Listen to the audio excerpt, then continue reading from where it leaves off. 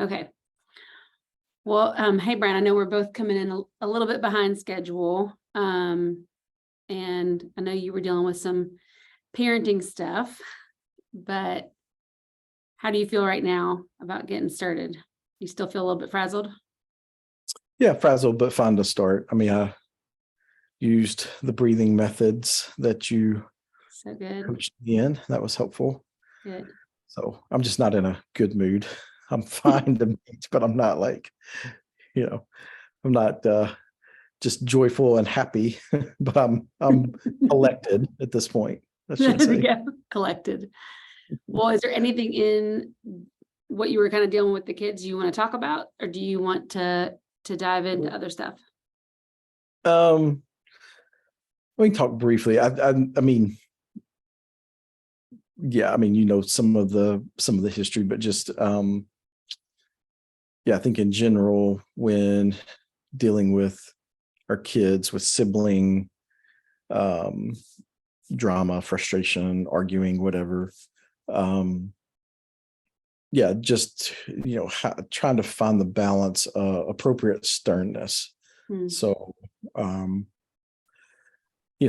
like Aaron and I always talk, like we don't start at a level 8, like we might start at a 2, like, hey, don't do that, or hey, that was not appropriate what you did or whatever. But it just builds and builds when there's not response or proper response, or I feel like we're very gracious, maybe to a fault, but so when we do have to be more stern, it just feels yucky. It's like, I had to sit down and like, hey, we're drawing the line on this, and this just needs to end, and here are the severe consequences that are coming the next time this line is crossed. And so anyway, but then you just feel like blah, because you don't want to be stern with your kids, Mhm. Yeah. So yeah, it's just the residue feeling of needing to create order from what was going on and defend one of the other siblings. But yeah, you just feel like you're in a no-win, because your one sibling needs to know that you have their back, and that what happened to them was not great. They were uh whatever, mistreated. And so then the other one, though, you're having to be stern with. So it's just not fun. Mm-mm. Yeah, I mean, some of the context too is they're home all summer, and I'm home all summer because I work from home. So it's just navigating, and it's kind of disrupted too with places right now. Some of them don't have water.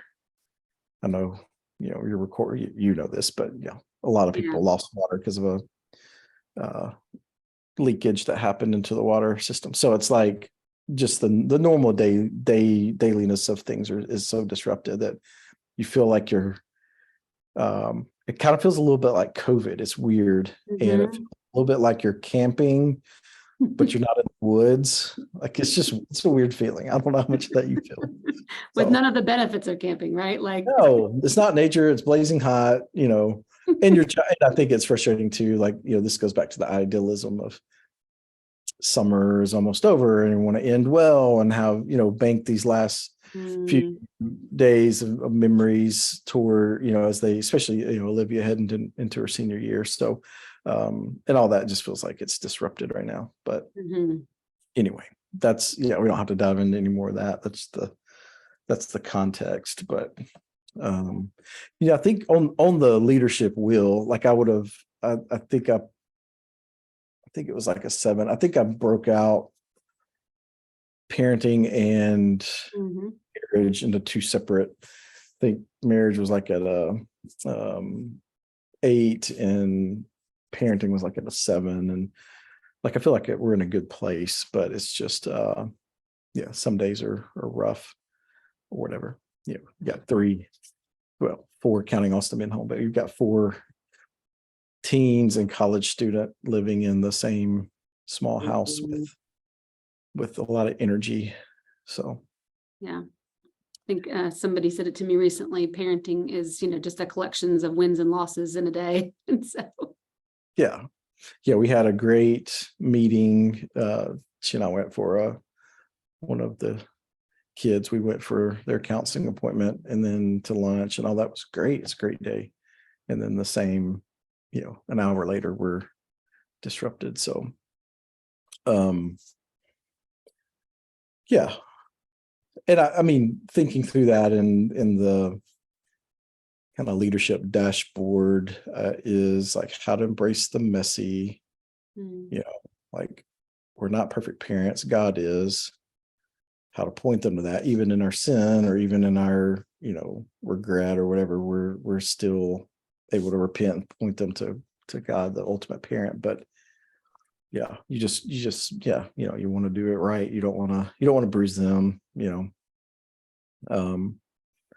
where, we just want them growing up in a home where they know they're loved and that there's boundaries. And so it's just hard. It's hard to be in this stage of life. It's hard to be create, a magical time and also enforce rules. Mm-hmm.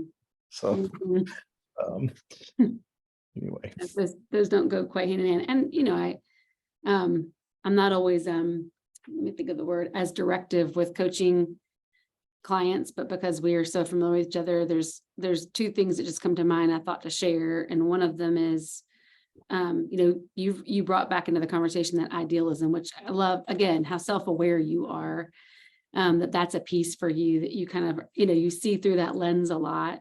But I also just in that, one of the things I've learned is this word integration. And, we are born into a fallen world where there is good and evil, unfortunately. And, but we have a really difficult time because if we think of creation, when creation first began, it was intended to be just a good world.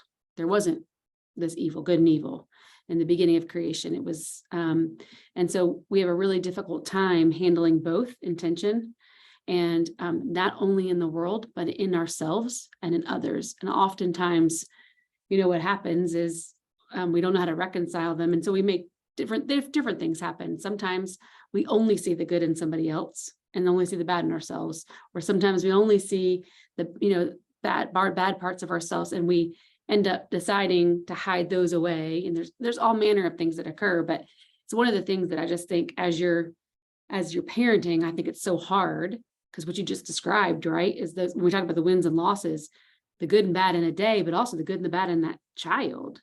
Right. And I use those terms really loosely because who determines what's good and bad is God. I just mean to say those things that are difficult or encouraging. And it's hard to find true integration of those because we have really high expectations or desires for our kids. And it's hard. Yeah. No, that's a good word. I like that, integration. Where did you read that somewhere? What does that come from? Is that so was that a certain book or what? I like that. Yeah. So, for school with the Townsend Institute, they have a model, and as like a lot of things, I think it's a tree model, but what the tree represents in its trunk is what I kind of would refer to as our character structure, like the strength of our character.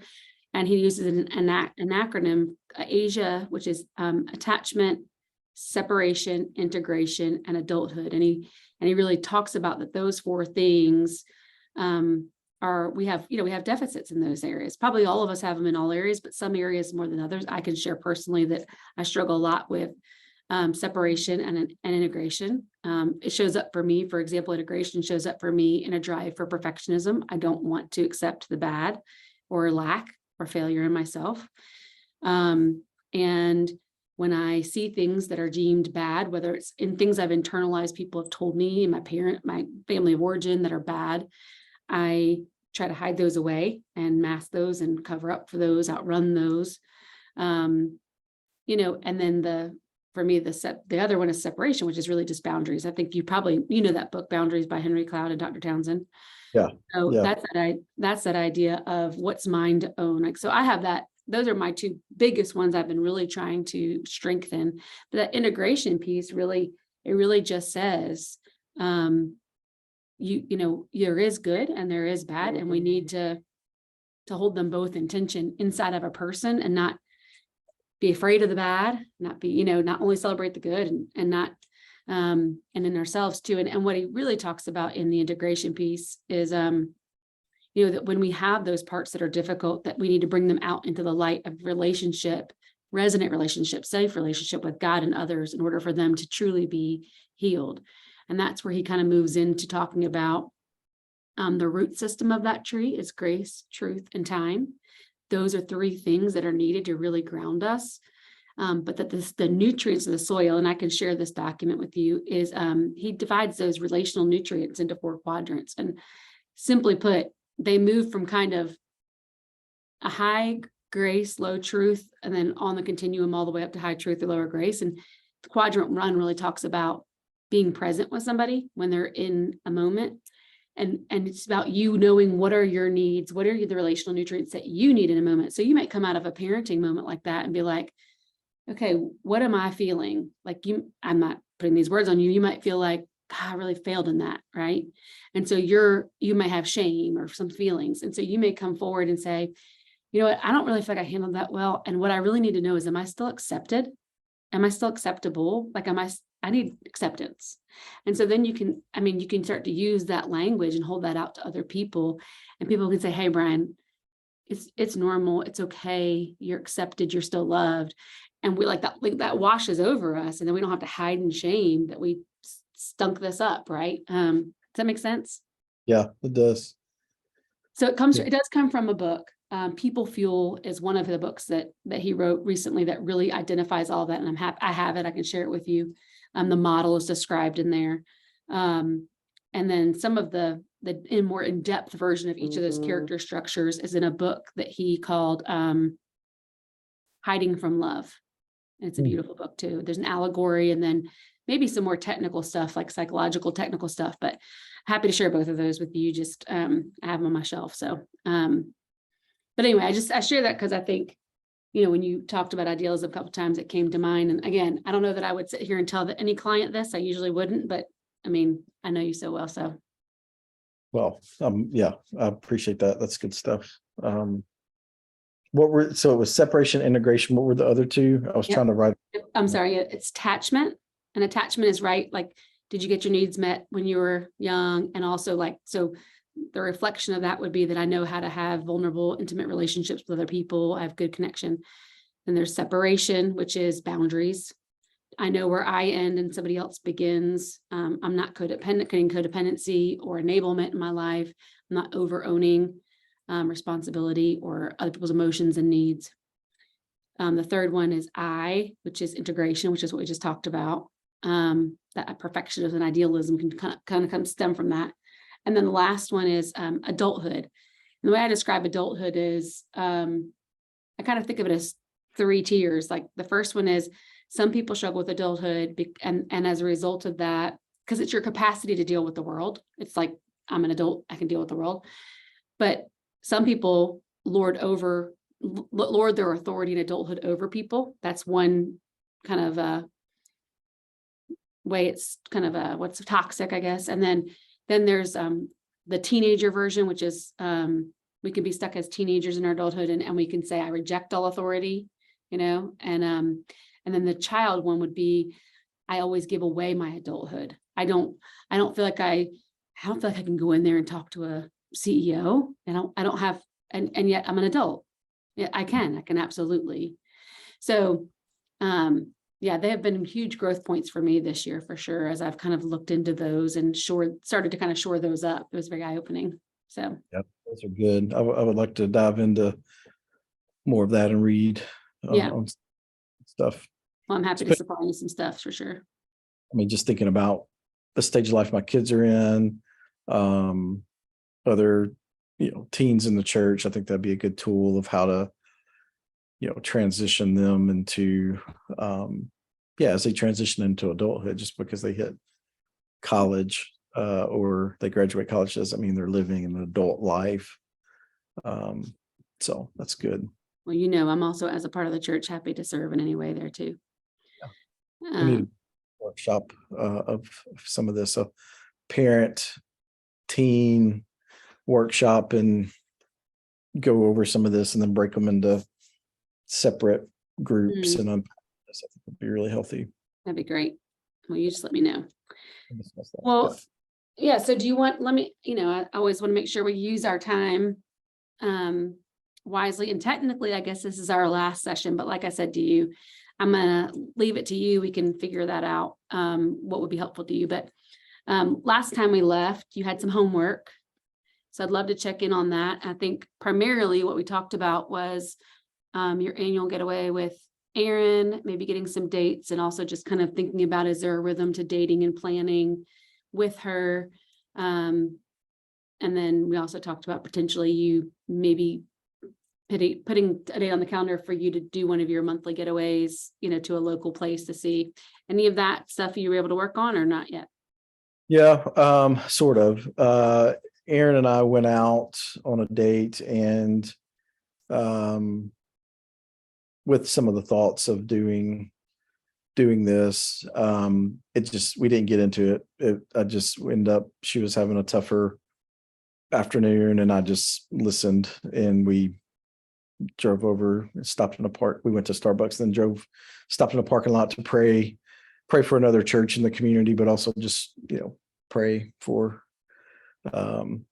just what's going on in her world. And so no, we didn't calendar anything, but we did do a date to attempt that. So Great. Yeah. And as far as my monthly getaway, it's kind of in the same.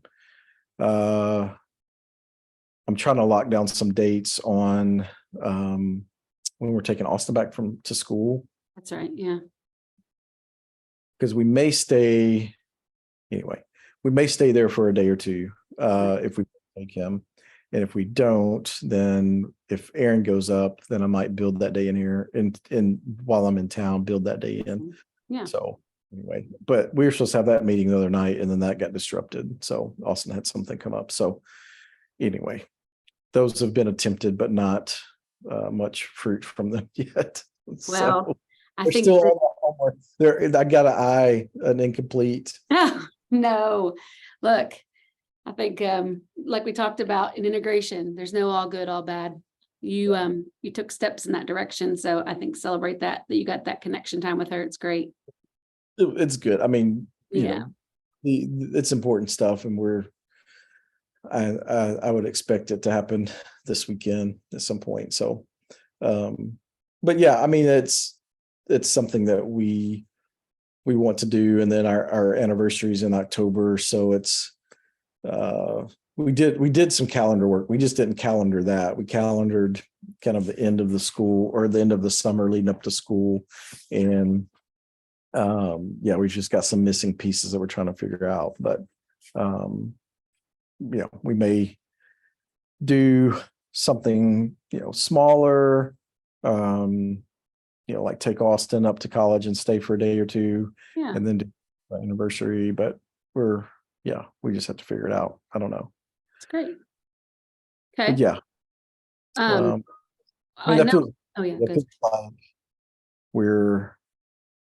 feels like let me say it this way. I feel more energized I think sometimes I feel frozen, probably some inertia but just feel frozen with all of the things. And I feel more energy to attack the big rocks in my life right now. So that's good. Because before I would just feel overwhelmed because there's, 40 different things going on. And so to then just say, there might be 40 different things going on, but there's 4 things that are big. And I want to just, focus on that. And then the other 36 we'll figure it out. So that's kind of made me more, I guess, less, that's thawed me out from being frozen and everything, just feeling paralyzed, I guess. Anyway, I feel better about approaching those things. What do you attribute that readiness to? What's that? What do you attribute like the shift in your readiness to do that? I mean, just talking it through with you, and just, it's therapeutic to to talk it through and then know, like, that's the point of coaching. Like for me, it's like, I've got great ideas. I can, it's the idealism, it's the creative brain. Like I have great intentions, but the weakliness of knowing, that can't just live up here as a thought. Like I've got to take some action because we're going to have accountability and meeting the following week. Like that's helpful for the way my personality works. Yeah. Erin, not so much. Like she's very self-accountable, or it doesn't live in theory, or could be. It just, she'll put it on her list and she just does it. She's very a lot more methodical in that. But for me, I'll have like, 20 great ideas, but they just live up there and they don't. It takes a lot to pull them down, do the work to make them happen. Yeah. Which is interesting. I noticed the same thing in Austin, our oldest son. He's very similar in that. So I've seeing him coaching, walking with him, parenting him. I've noticed some of those things about myself. So that mirror, those kids are mirrors, aren't they? yes, they are. But no, I mean, I think the coaching is very helpful for me because it's it just keeps it in front of me, because I'm not good about keeping things in front of myself, because I just chase squirrels or rabbits in my head. It's just, maybe there's some ADD, ADHD. I don't know the exact terms and how they are different, but it's to the point where I'm like, when I have a physical this fall and I want to ask my doctor about it, I'm like, I wonder if I have some of that, because I've noticed some of that, and we've questioned some of that with our kids. Yeah. And I don't want to squelch the creativity, because I know that could be part of that, of, if my brain works a certain way. And I guess I've heard stories. I don't know people very personally, but I've heard stories of, ultra creative or whatever. And then they get on some medicine for that. And it just, they're more orderly, but it kills that side of their personality. So try to find some balance in that, or at least explore, do I have some type of impairment, or some type of diagnosis that along those lines that I need to explore for concentration. Like I had a lot of trouble. Perfect example. This gets into, I don't know what part of the wheel, but so this week, with all the power out from the storms, all the water, like the whole week was disrupted. I was chasing a generator down for a family in our church, and we're driving out to in-laws to bathe and wash dishes, and so like my whole week was just very disrupted. And then when I had time to sit down and work on my sermon, like I just couldn't. It just took me forever. And even when I sat down, like I was not. My brain was not clear. Tried to use some tools, tried to exercise a little bit, do some breathing, and I just still had trouble focusing for a 2-hour block to just really plow through. And then the only thing that helps me plow through is, I get to Friday night, I'm like, I have to get this done, in 24 hours. So like I knew a little bit of I knew a lot of where I wanted to go with it, but I could not write it. Just sitting down to actually just type it out, and I just couldn't get all of the sub points and illustrations down. Like it just, I don't know. So I'm just finding that weeks when a normal week is not without distractions, but some abnormally distracting week or disrupted week, like it really impacts that part of my job. It doesn't impact shepherding or sitting with someone, at coffee shop or whatever, but to sit down and focus and have to write, because I really don't like to write. I don't like to type. I don't like I love to do the research. I love to think. I love to think about the structure. I just don't like to take it from my brain to my fingertips to the computer, if that makes sense. So a week like this has been difficult. Like right now, I don't even know how we got off on this. I don't even know the tail how I've gotten here, but I guess the ADD. So yeah, a week like that, it impacts anything that's not a baseline second nature type gift. So it's something like preaching and teaching or writing and crafting a sermon that is not my most natural gifting, that I can kind of just do second nature without a lot of thought. Some of that takes a lot of thought like that. Like I really, really struggle. So it's good to identify that, because I just haven't preached a lot until this last year and a half. And so I'm starting to learn some of these things about myself. But yeah, it was interesting to walk through this past week with that kind of looming as well. So Yeah. Well, and it, I think I've heard you say it before. I heard you say, the writing part's really hard for me, the sitting down and writing, and it's good. You tried tools like the things that you mentioned last week where, when I can do a lot of the thinking in my head when I'm mowing the grass, or I'm, so even just not pinning yourself down, I think that's good. And, and I think it's a more, challenging part for you to actually put pen to paper, but not the idea, right? Which makes sense because you are creative, and maybe attention too, but it's good to take the step to figure that out. I think that's really healthy, and you just, who knows where you'll land in that. But I think, because we're going to have disorganized weeks like this week with disruptions all the time. But I think you use tools, and I think that's great. I remember from maybe the last two times we've talked about two areas that you wanted to talk about. And so what I want to know is, for the next 30 minutes while we're meeting, what would be the most helpful? The two areas I'm remembering are finances and delegation. You also, I guess, talked about church goals, but that's probably, maybe we should save that one unless it's pertinent to you, because it's not really about helping you. But again, maybe it is. But those are two things, or we can, keep going in a different vein. So what would be the most helpful to you in 30 minutes if we were to close? You're like, oh, that was helpful.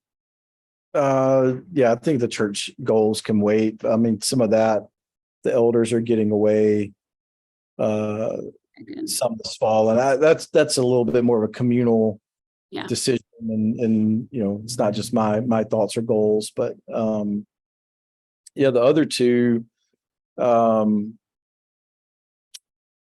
I mean, the delegation, we could start there, see if we get through it. There may be a little time left for the other piece, but I think with the delegation, it is, I think, like I mentioned before, some of it's the ideal,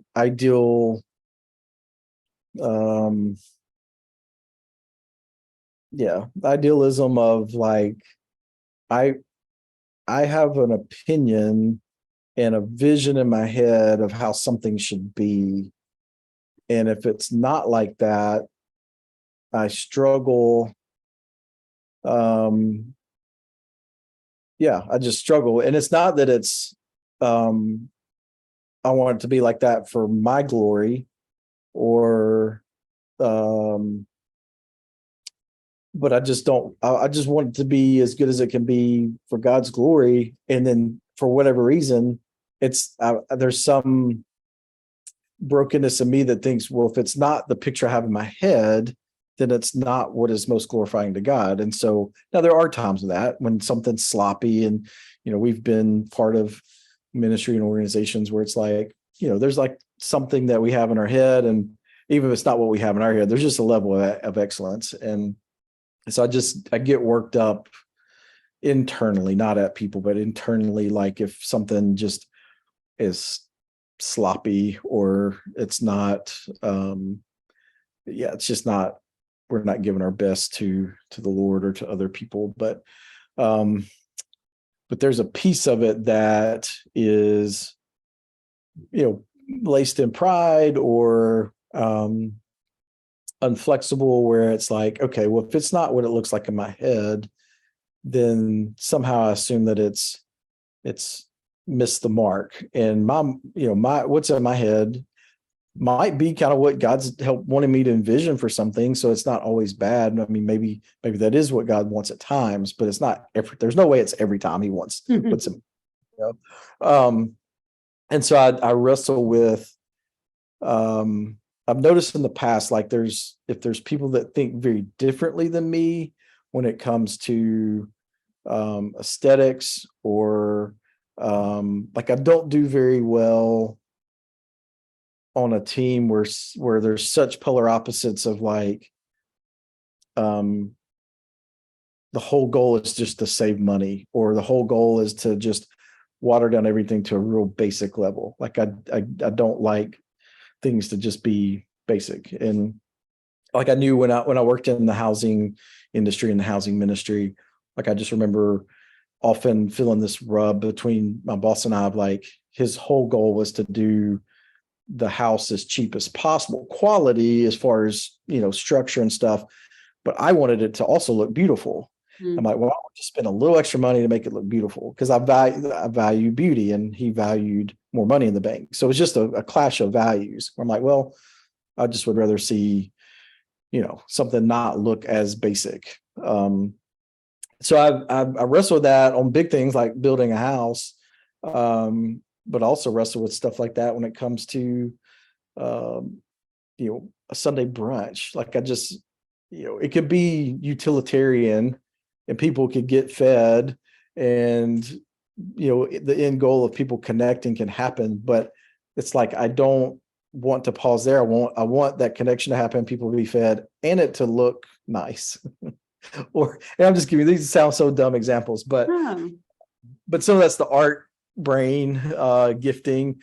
I always joked like my former boss would be great in an office with a desk, a pull chain light, his computer, and his coffee cup. That was it. And like I can't function like that. And so it's okay if that person's like, hey, this is me, you do whatever you want. Like here's, create your office how you want. But if it's somebody that wants everybody to be that baseline as low as possible, like I struggle. And so I'm spent a long time getting to it. But I think where that plays out is I gotta realize that like it everything doesn't have to be like Joanna Gaines level, so I think I'm trying to identify like, is that, it feels some of that's control, that if things aren't, in the perfectly aligned with this ideal, it feels out of control and it feels messy and it doesn't feel like it's quality when that's not true. Because I've seen fruitful ministry happen. I've seen things that don't happen as I would idealize them in my head work. And so, yeah, I'm just kind of going to war with that in a good way of like, what's behind that. I think some of it was family of origin, how I grew up. I think some of it's the art gifting, but yeah, I'm just so because of that, I have trouble delegating because what I find is I can't delegate to people unless they think how I do and they have time, because I feel bad delegating to people if I feel like they're busy, and I need to work on that because some people are busy and it brings them life, so they want that delegation. And then the other is, maybe ultimately a lack of trust that it's going to be at a certain level. And it gets harder for me to coach them for it to be at a certain level. Let's just say that being at a certain level and whatever's ideal in my head is proper.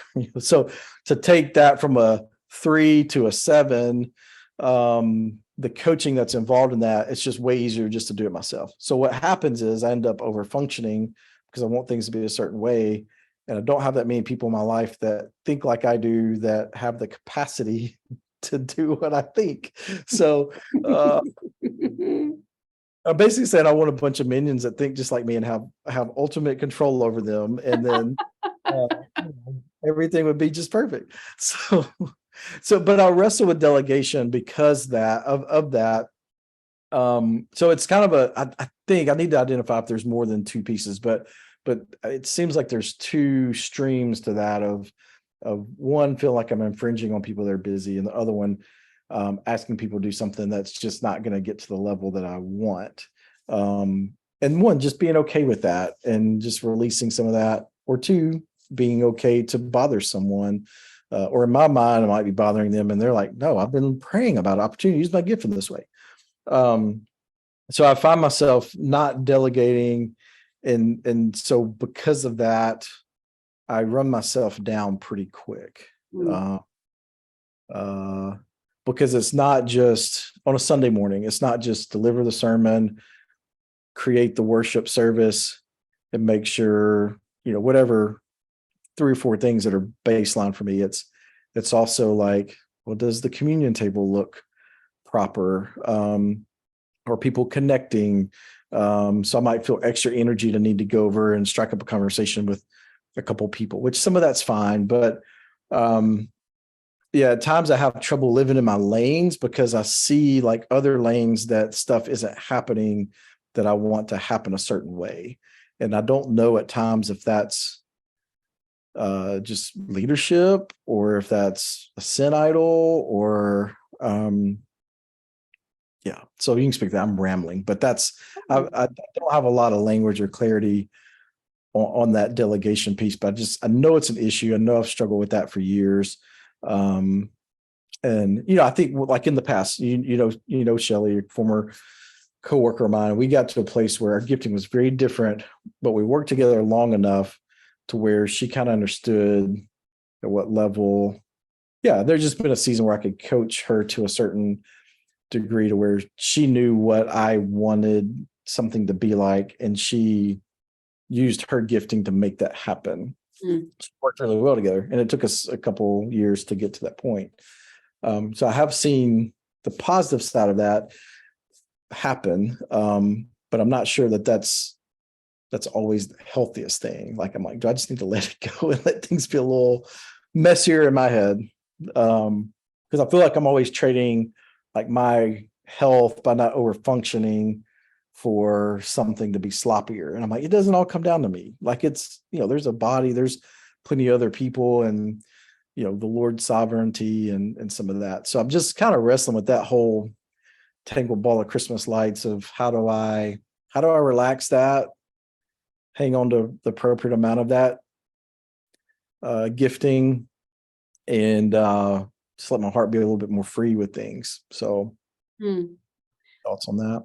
Yeah. So, well, the first thing that just this words came to mind is, whether you delegate or not, there's a cost either way.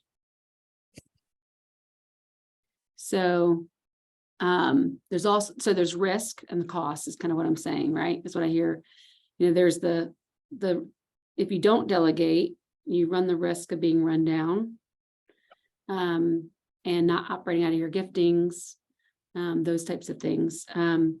If you do delegate, you run the risk of potentially being faced with a lack of quality, or probably that, or if you attempt to delegate, you run the risk of being rejected because somebody's too busy, or overburdening somebody who's too nice to tell you no. Is what you feel. It sounds like, does that seem right? Yep. Yeah. So Rejected verbally, but like they say yes, but then they ultimately, I've been burned numerous times with important things where like somebody would say yes because for whatever reason they say yes to me asking, but then it doesn't deliver, and then I'm frustrated of like, I'm hounding them, and it's a month of trying to find out if they're doing it. So it, some of that's a woundedness too. Like I'm maybe not, I don't know if that would fall under rejection, but just disappointment that like I would have rather you just told me no on the front end. So I kind of broad brush people of like, so then I start to assume, well, anybody that's busy is just going to ultimately, this is going to flop, and go ahead and say no for them on the front end instead of chasing them down for a month and it not happening, if that makes sense. mm-hmm. Which is probably tied into some rejection, or at least just cynicism. So, Yeah.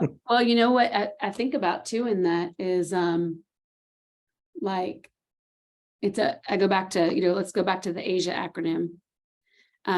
Separation is knowing that, for example, in this scenario, is knowing that it's my responsibility to ask, not my responsibility to respond.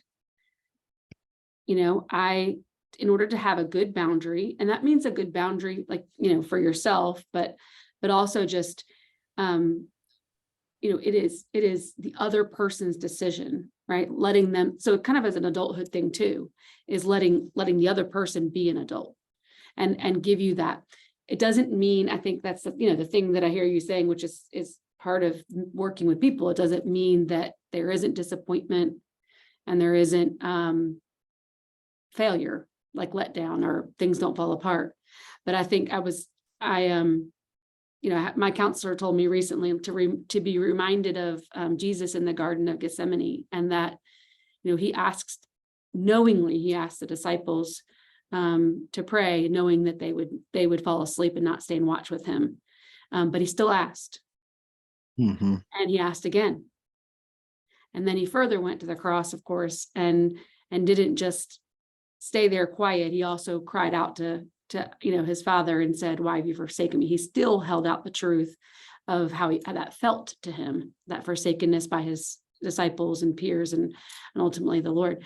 And so I think just that model of delegation or expectation and holding something out, a need, a want to somebody, has really struck me. And so I think just going back to that, letting the other person be an adult, and knowing that you're going to face some failure and disappointment, but that's not about you. That's about them.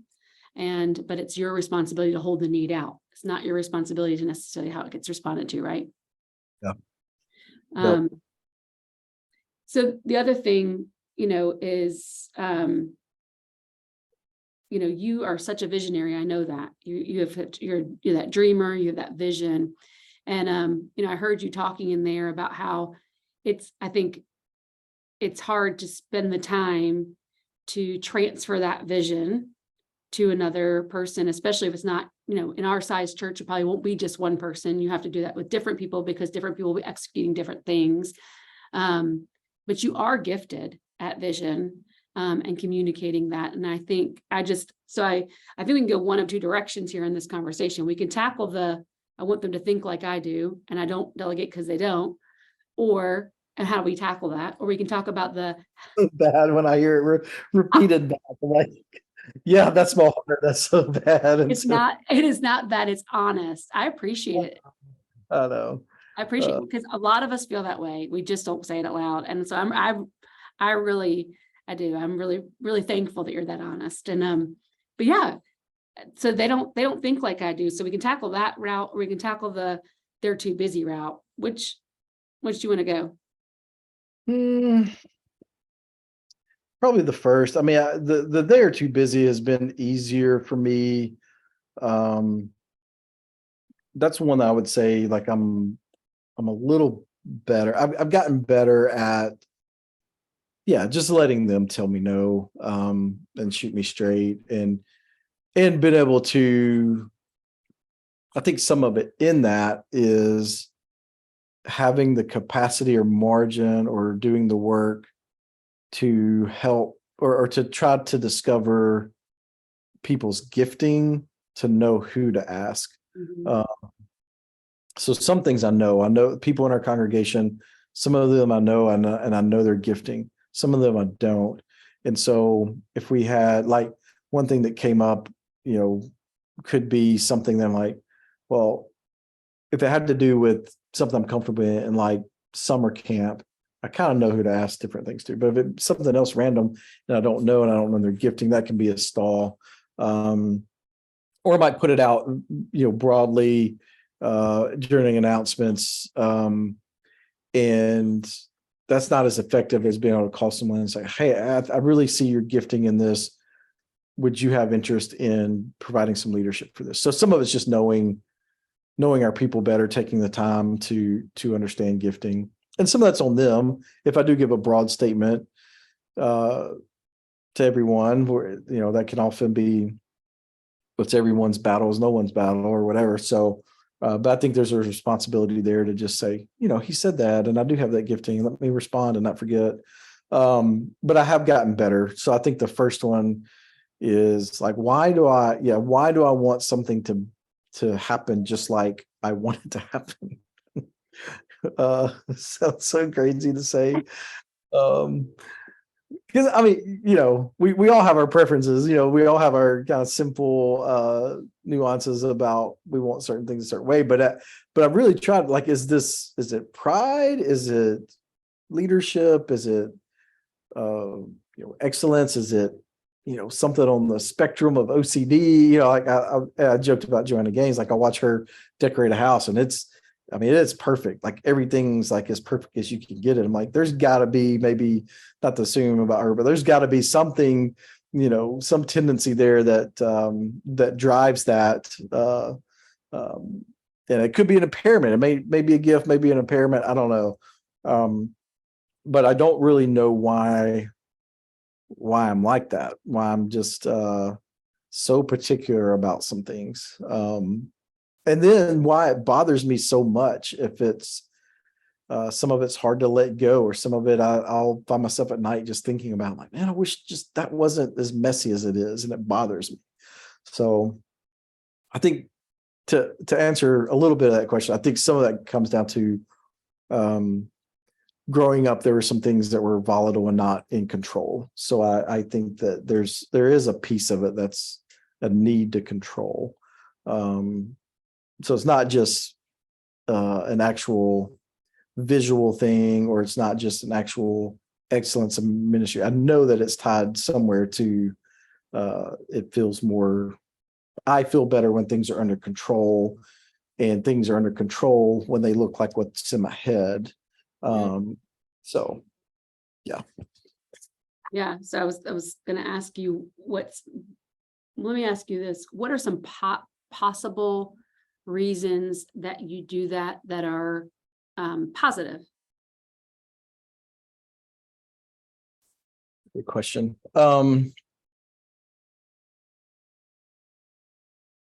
One is I thinking about, I think some of the positive ties into hospitality and comfort, although I don't mean in a bad way, comfort like comfort idol, but just for people to feel welcomed and feel hospitality and feel some level of comfort and trust. So it's usually others focused. Like, it's not necessarily like I want things my way because it helps me. It's usually I get really particular about things that I want the group, or I want the church or this group of people to feel hospitality and feel cared for. I think so is how I care for people. It's just I want them to feel hospitality and comfort and some of that. And so I feel like for them to feel that, they need this level of something, because culture often doesn't provide that. Or it's the difference in you can go to Walmart and buy stuff, or you can go to a boutique and have personal interaction and a better experience. Like, it just, who wouldn't rather go to a boutique or whatever. So I think there's the positive side. Like, some of that is really others. I want others to have an experience that matters, that makes them feel seen and feel hospitality, I guess. Because I see that, I mean, some of that, I see that in scripture. Like, Jesus would create these wonderful environments for people, and just I think about his creation and what all he's done. And so, like, there's some of that I just want. There's so much darkness in the world that I want people to experience something beautiful and to see God in that way. So I think in a good way, it boils down to, I want people to see how beautiful of a God we have, and they don't, and this is where the sin comes in. They may not see it, or they don't see it if it's just as bland as it can be. I want people to live life and see the gospel in color, not black and white, I guess. So that would be some of the positive. Well, those are all very beautiful reasons. And as I was listening to you, I mean, your heart in those things are for people, and for people to invite people in to an experience with God and his people. And I think those are, that is a really great reason to be motivated. And so I was thinking, on the negative side of it, you mentioned words like control, and I say negative, I'm just saying on the flip side, control, pride. But I have to wonder, like, when you're I don't know what I would love to know when you're in that moment where you're wrestling, right? You walk into church on Sunday morning and it's an event kind of morning, and there's supposed to be an arch or something, and it's just not what you anticipated the setup. When you're in that inner dialogue in the moment, what do you do when you're wrestling in that moment? What are the steps that you take to move through that moment? Yeah, I usually don't say anything. I might give some suggestions if there's time to change something. I might get, hey, what if we did this instead, or have you thought about this or whatever?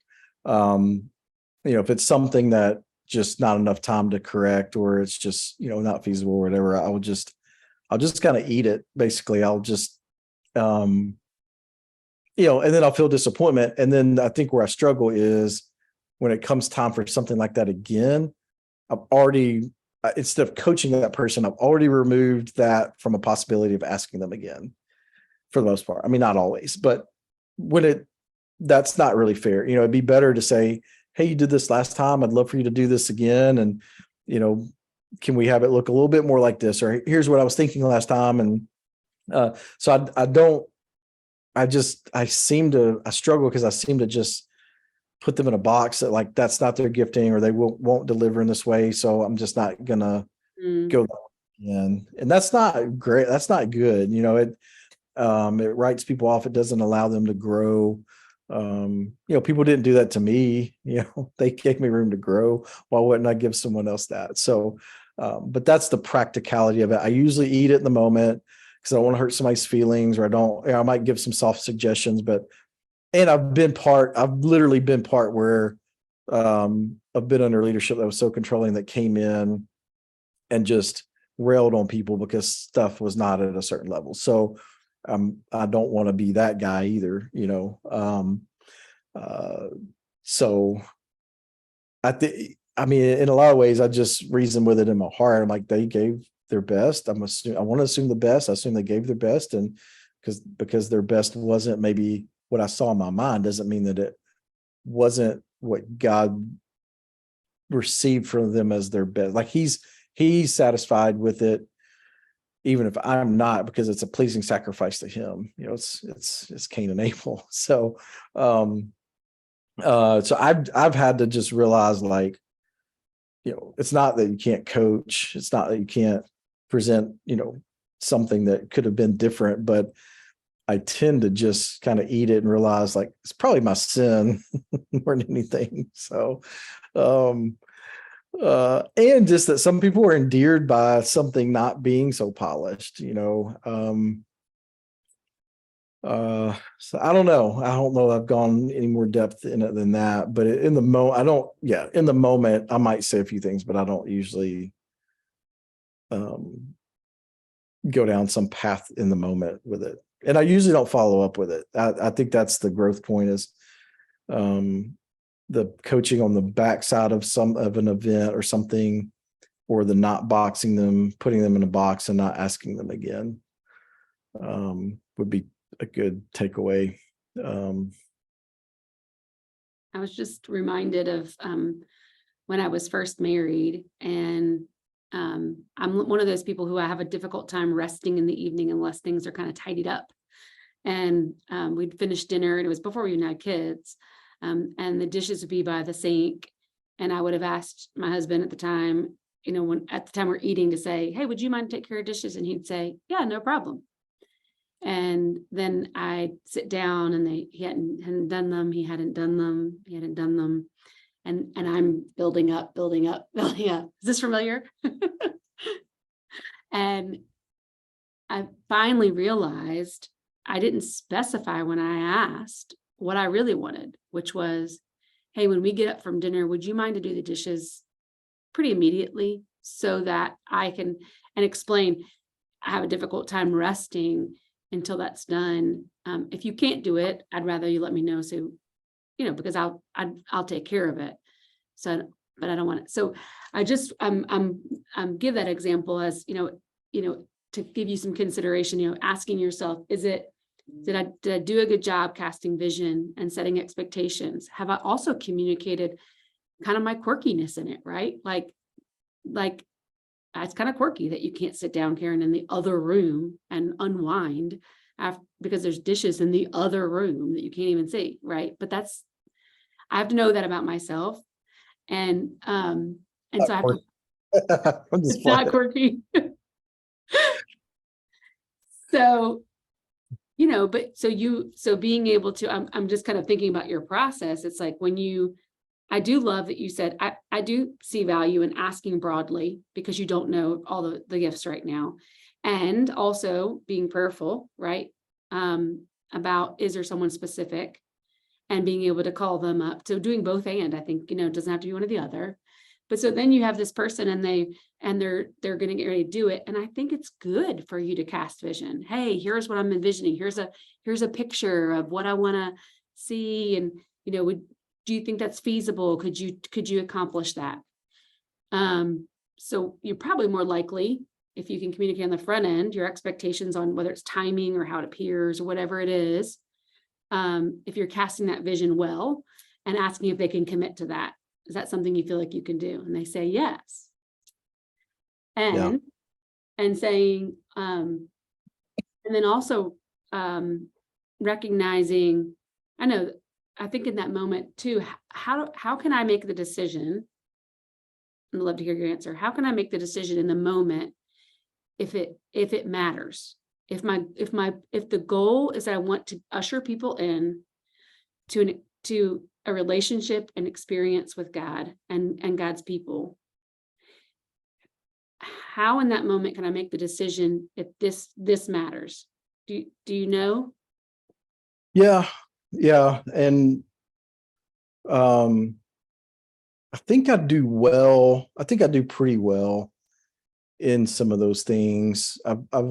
Before I would over explain and apologize or whatever, example might be student camp. There's been some of these situations where, something might be happening. It's like, hey, let's huddle up. Like, appreciate the work, appreciate the ideas, but like, we just need to go in a different direction. And here's why, because if we do this, experience would say it's going to flop because we've done this before. Or, I think if we did this, it might take it from a 4 to an 8. And I'm sorry to communicate that better before. So I think I've learned to, when it matters to have, like when it really, really, really matters, when it comes to like safety, or when it comes to, something really important, like I feel like I'm able to step in without bruising people and explain and give, just kind of say like, hey, we gotta redo this, or we've got to go a different direction, or, hey, I'm glad to help. Can we do this instead? And what do you need? Or we're going to do this instead. What do you need? I think it's the smaller things of knowing, like, what do I just swallow and move on? Like, perfect example. We had, somebody put on our channel, hey, we need new signs for our gluten-free, for our communion table that say gluten-free. And I didn't chime in and say, hey, I'll take care of it. Nobody did. And so I'm sitting there that night right before Sunday, and I asked Naomi, like, hey, our daughter, she's really good at handwriting things. I'm like, hey, will you draw some cards that say gluten-free for our communion bread? And she did, and it looked great. And I got there and there were already some set up that was just typeface, like very basic.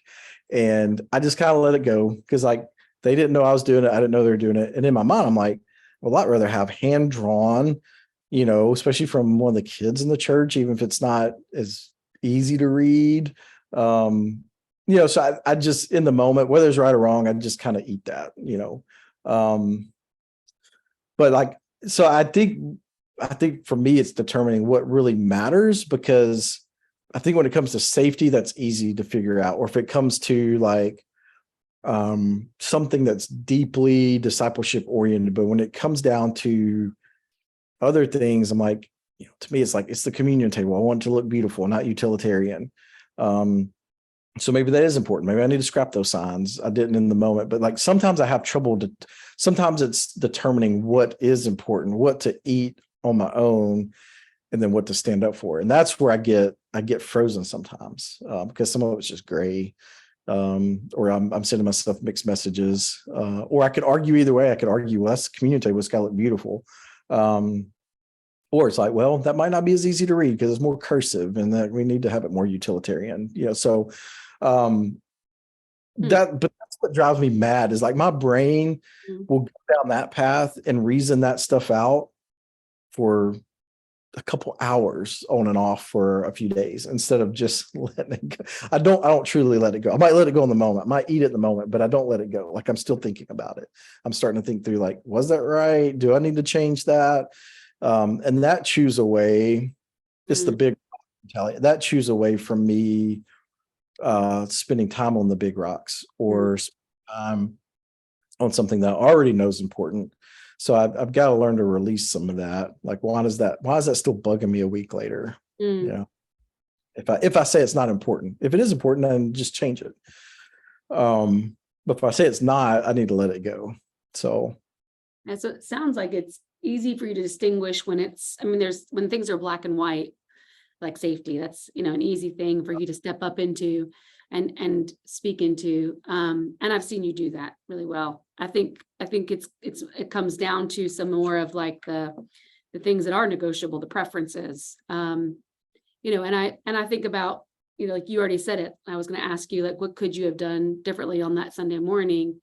And if you knew that one of the elders had done the signs, you could have gone up to them and said, hey, do you mind if I sub those in? Thank you for doing that. Do you mind if I sub these in? Because Naomi did it. I thought, I just want to honor the work she did, and then we can figure it out later. And probably it goes away, right? So some of it is not, I think, getting paralyzed in the moment and just but doing it in a way that's honoring to the other people. But I was even just thinking about who in your life can you partner with in these decisions that you feel like this inner dialogue, like who could you take to in a week? And maybe it's your coach. I mean, maybe it's me. I mean, maybe it's like, hey, I have these 1,000 little things that, because the elder chief, I mean, maybe it's going to them and even saying, hey, I have like 10 quick decisions we need to make. And you say, you cast the vision, right? Like, and you tell them again, your quirkiness. I always say, like, lead with self-deprecation, but like, I know this is probably not a big deal to most of you. Like, I can overanalyze these things because I care about the experience for people. But like, so I have 10 quick decisions. Like, can we just kind of vote and get their feedback? And again, I don't know if that's the right place. I'm just kind of musing at not being alone with it and not keeping it quiet. Yeah, no, that's good. Yeah, because I'll normally take that stuff to Erin, and she's great at helping me, but it still stays within our family. Or, if it's certain things, it could, I might withhold it because I don't want to, create something where she's wrestling with frustration or whatever. She doesn't need to hold on. Maybe it's not that. I was just, when you said that, I was like, I mean, I have a group. And again, this talks about it in People Fuel. It talks about it too. I have a life team, right? It's a group of people who are my, core people that I can take little and big things to. But even thinking about like a church life team for you, and maybe it's somebody that you trust just is going to give you a different viewpoint. I don't know, whatever, your brother, whoever. It could be lots of different people. Hey, I'm wrestling with this little decision. You guys know I agonize over these things. And you get 5 different decisions at once. And you just get their commitment that they want to be a part of helping you in those silly moments. And you just get to verbalize it. Who knows? No, that's helpful, because if it stays in my own head, it just bounces back and forth like a ping pong ball. And there's usually not a lot of, it'll just do that until there's another ping pong ball of something else. Yeah. It takes a lot of your energy. Yeah. And probably unnecessarily, but also, like you said, you ruminate on it.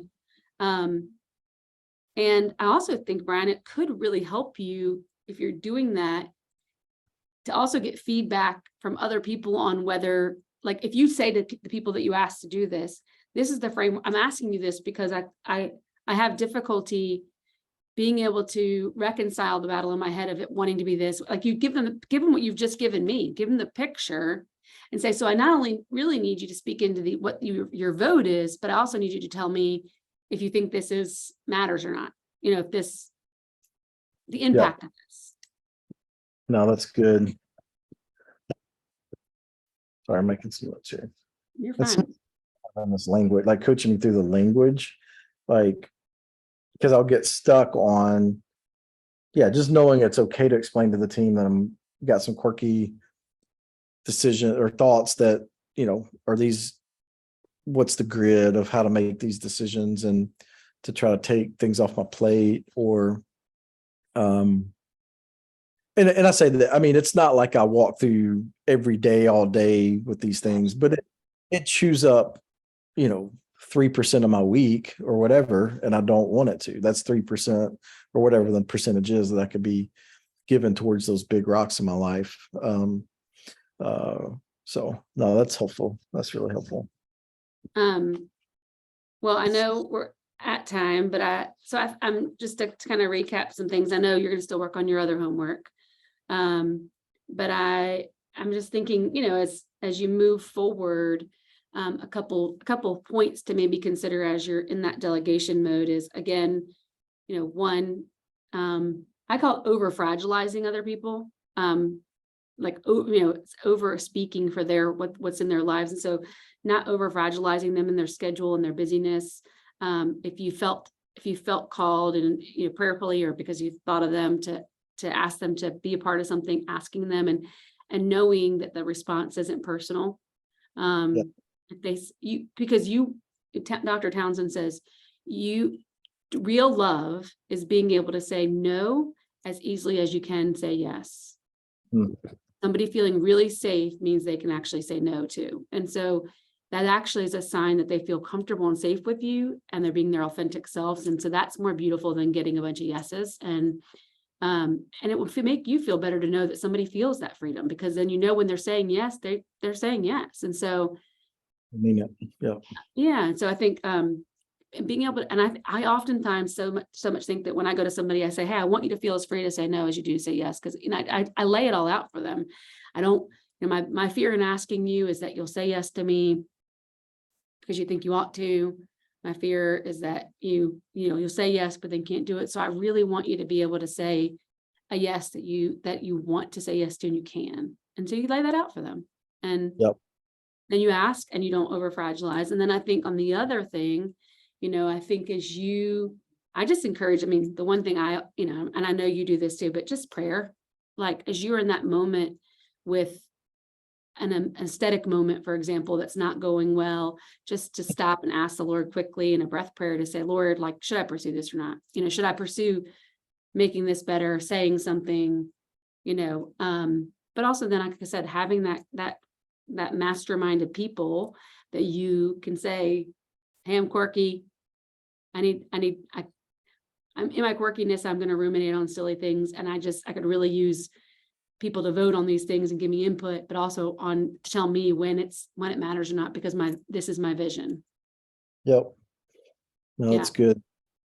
And like I said, you are a great visionary. So when you ask people, don't be afraid to give them your expectations. As an artist, I even think, like, if you really have a vision for how you want the room set up, draw it real quick, because it probably won't take you 2 seconds, and just say, this is kind of what I'm thinking. And you can ask them for their feedback. What do you think? Is anything, let them have input and ownership. You're not commanding and demanding, you're providing vision. And that's very different than going in there and being Controlling. It's like most people really would appreciate that. Yeah. And it's a form of coaching that doesn't take a ton of time because you've done it up front and then you see how it goes. But anyway, those are just some thoughts as you leave today to kind of maybe think through who could you ask to help you with those ping pong balls. Yep. And of course, like I said, let's talk offline after this about how this this can help, this partnership could help you going forward, and if in any way, and if any rhythms, and then we can kind of figure that out together if it's something you want to continue or do at some basis, you know. That'd be great. I Um, appreciate that. yeah. Well, thank you, because I know you're my assignment for class, but it really has been, I mean, it's really, I mean, I'm in this program because it's a joy, and like, this is what I love doing. So thanks for allowing me. So.